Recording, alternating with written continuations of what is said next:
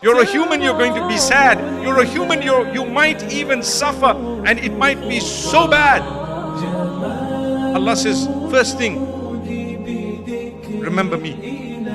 Inna lillah. We're all belonging to Allah. Wa inna ilayhi raji'un. We all are going to return to Allah. Which means this loss is temporary because I'm going to be united with this person shortly. MashaAllah. Declare the greatness of Allah.